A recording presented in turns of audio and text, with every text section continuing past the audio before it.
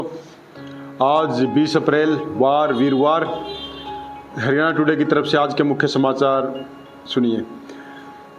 UN population fund के द्वारा एक रिपोर्ट आया है जिसके अनुसार भारत अब दुनिया का सर्वाधिक जनसंख्या वाला देश बन गया है। चाइना से लगभग 30 लाख की आबादी भारत की ज़्यादा हो चुकी है। इस बार देश में होगा रिकॉर्ड 112 मिलियन टन गेहूं की पैदावार। हरियाणा, यूपी, पंजाब में 30 क्विंटल प्रति एकड़ उत्पादन तक हुआ है। लखनऊ सुपर जॉइंट ने राजस्थान को 10 रन से हराया। ब्रिटेन ने 28.36 लाख वीजा जारी किया, जिसमें से 25% भारतीय हैं। और बाकी मौसम अभी धीरे धीरे बदल रहा है और अपना ख्याल रखें। और जो आज का जो स्टोरी है वो बता देता हूँ मैं। एक राजा था और अपनी वीरता और सुशासन के लिए प्रसिद्ध था। एक बार वो अपने गुरु के साथ भ्रमण कर रहा था। राज्य की समृद्धि और खुशहाली देखकर उसके भीतर घमंड के भाव आने लगे और वो मन ही मन सोचने लगा, सचमुच मैं एक महान राजा हूँ, मैं कितने अच्छे से अपनी प्रजा की देखभाल करता हूँ।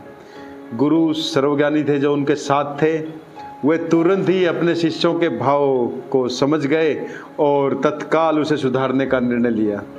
रास्ते में एक बड़ा सा पत्थर पड़ा था। गुरुजी ने सैनिकों को उसे तोड़ने का निर्देश दिया। जैसे ही सैनिकों ने पत्थर के टुकड़े किए, एक अविश्वसनीय दृश्य सामने आ गया। उसमें एक छोटा सा मेंढक रह रहा था पत्थर के बीच में। सब अचरज में थे कि आखिर वो इस तरह उसे कैसे कैद हो गया और इस स्थिति में भी वो अब तक जीवित कैसे था।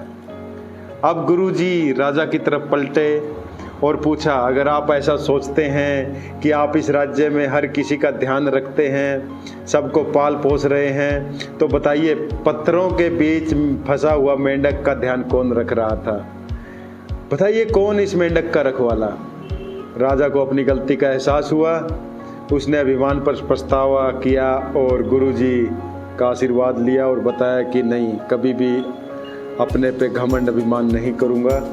तो शिक्षा इससे मित्रों यही मिलती है कि कई बार अच्छा काम करने पर मिलने वाले यश और प्रसिद्धि से लोगों के मन में अहंकार भर जाता है, तो उससे दूर रहना चाहिए। किसी भी मुकाम पर पहुंच जाएं, कभी घमंड न करें और सदा अपने अर्थपूर्ण जीवन के लिए उस सर्वशक्तिमान ईश्वर के कृतज्ञ रहें। सदैव प्रसन्न रहिए। जो प्राप्त है पर्याप्त है, जिसका मन मस्त है उसके पास समस्त है। तो और आज का जो हमारी प्रेरणा है वो भी सुनते जाइए। कुछ लोग जहाँ जाते हैं वहाँ खुशी लाते हैं और कुछ लोग जब जाते हैं तभी खुशी आती है। आज से हम जहाँ जाएं वहीं खुशी लाएं। जय हिंद, जय हिंद।